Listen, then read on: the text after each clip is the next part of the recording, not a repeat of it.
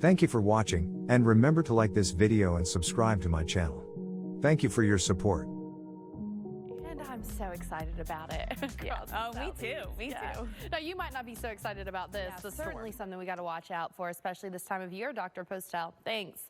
Well, I hate to be the bearer of more bad news, but the weather doesn't look good for getting into the out there this weekend in OKC either. And it's a shame because there are plenty festivals and outdoor events scheduled for today and tomorrow. In fact, it's minor league baseball opening weekend for the Oklahoma City Dodgers. Now, no word yet on any delays at Chickasaw Bricktown Ballpark, but certainly the weather going to play a factor in that as we move through this weekend. It's not just in OKC, though. We're seeing that risk for severe weather from San Antonio up into Wichita, stretching out over into Springfield as well. Amarillo, you guys have that risk for some severe storms. So here's what's going on in the upper levels of the atmosphere for tomorrow. You see it here. We've got our dip, our trough in the jet stream with that upper level disturbance. That is going to help to initiate the development of a surface low pressure system developing in the lee of the Rockies. And you've got this dry line also separating the rich, moisture-rich air mass coming up from the Gulf to the east side of it and the drier air to the west. And this could become a trigger point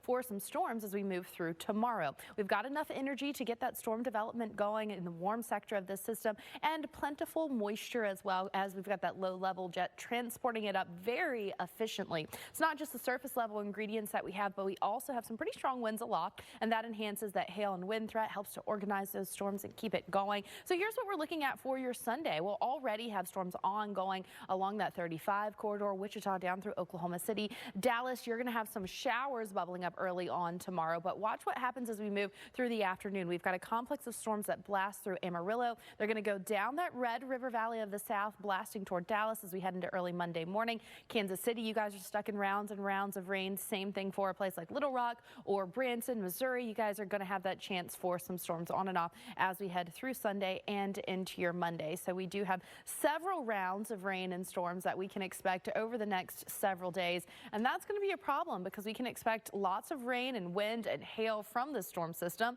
Alex Wilson reminds us it doesn't take much for hail to become a big problem. For the unpopular opinion, I'm a fan of pineapple on pizza. Jen, what do you think? Yeah, I think we could share pizza. Yeah, see, okay, yeah. We know what we're doing after the show. Now that I've put that out there, don't tweet me about it because you're not changing my mind. I love it.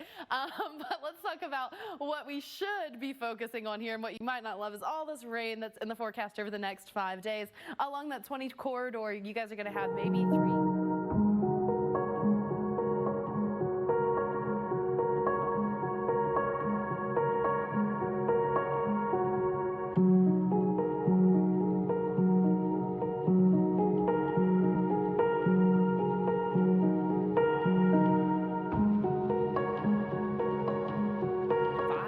Of rain there around Dallas, but as you look north over the Red River, you've got that possibility 5-8 inches of rain. Certainly not out of the question here. Dallas, you're going to have quite the stormy stretch. You've got the thunderstorms in the forecast for tomorrow, and then by Monday you've got this influx still of the warmth and the moisture. It's going to be a muggy day when you're not having those storms, so you might actually welcome a little bit of the rain to kind of clear things out, but it is going to add up. And OKC, a northwest to southeast gradient, north and west up toward Enid or Watonga, we're talking 2 to 3 inches. Still, though, that's enough to maybe cause some issues for flood-prone places. Around OKC up into Tulsa, 3 to 5. And as you look farther south and east, Norman into Ada, maybe a half foot of rain possible.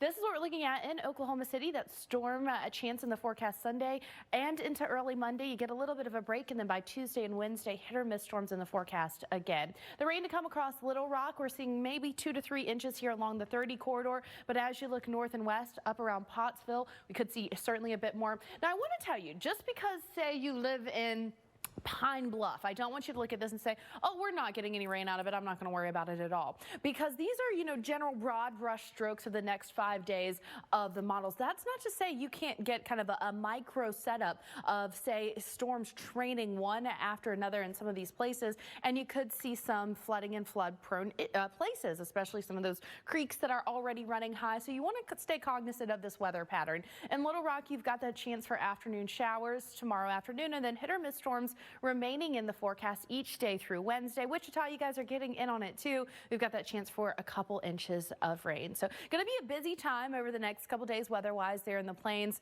What was definitely a busy time, Jen, that was hurricane season last year. Oh, I know.